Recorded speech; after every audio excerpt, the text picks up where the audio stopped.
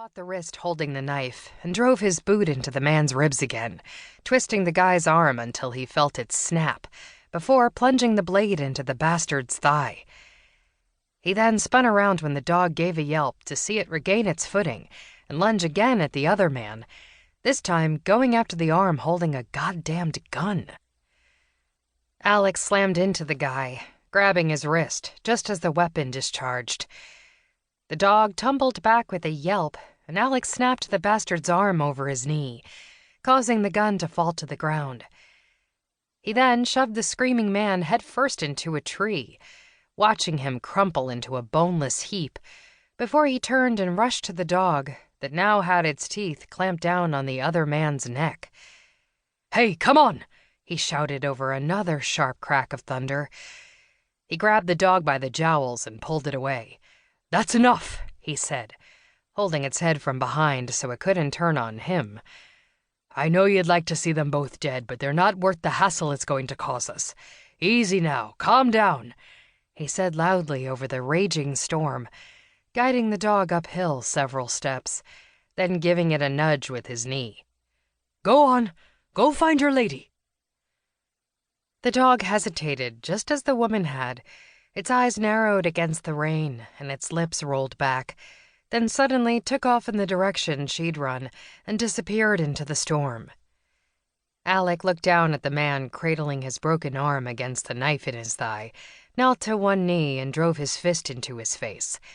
"Sleep tight, you son of a bitch," he muttered, glancing over to make sure the other guy was still out, before he also headed uphill at a run. Only he hadn't gone 200 yards before he found the woman lying face down on the soaked forest floor, the dog licking her cheek. Alec approached cautiously, crooning calm words loud enough to be heard over the pounding rain, and slowly knelt on the other side of her. He laid a firm hand on the dog's raised hackles when it stiffened on a warning snarl. "You're going to have to trust me, you big brute. Your lady's hurt, and I need to see how badly." He felt the dog, which he suspected was a wolf or at least a hybrid, tremble with indecision, and Alex slowly reached out with his other hand and touched the woman's hair plastered to her head. "Easy now," he said when the snarling grew louder, moving his fingers to her neck to feel for a pulse. He breathed a sigh of relief to find it strong and steady, and carefully rolled her over. "There we go," he said, releasing the dog when it lowered its head and started licking her face again. Alex slid an arm behind her shoulders and a hand under her knees and stood up. He carried her uphill until he came to the trail and turned toward camp. "No, heel," he snapped when the dog stopped and looked back down the mountain. "They're not going anywhere."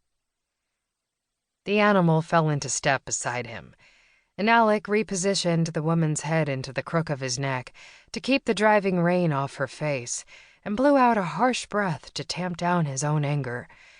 Christ, it had been all he could do to keep from killing the bastards himself when he'd caught them brutalizing her. What was she doing out here?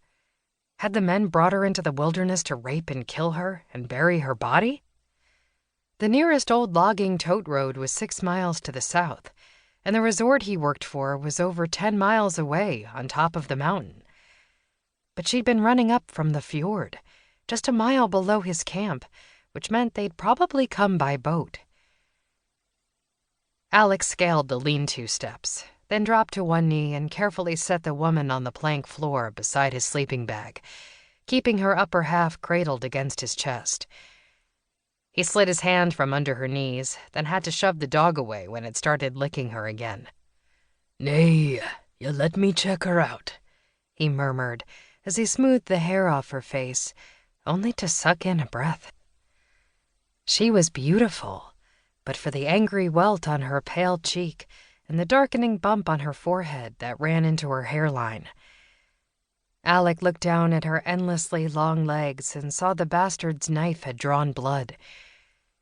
Realizing she was shivering violently, he started undressing her, but stilled in surprise again when he pulled her soaked blouse out of her pants and saw the dark bruise on her side.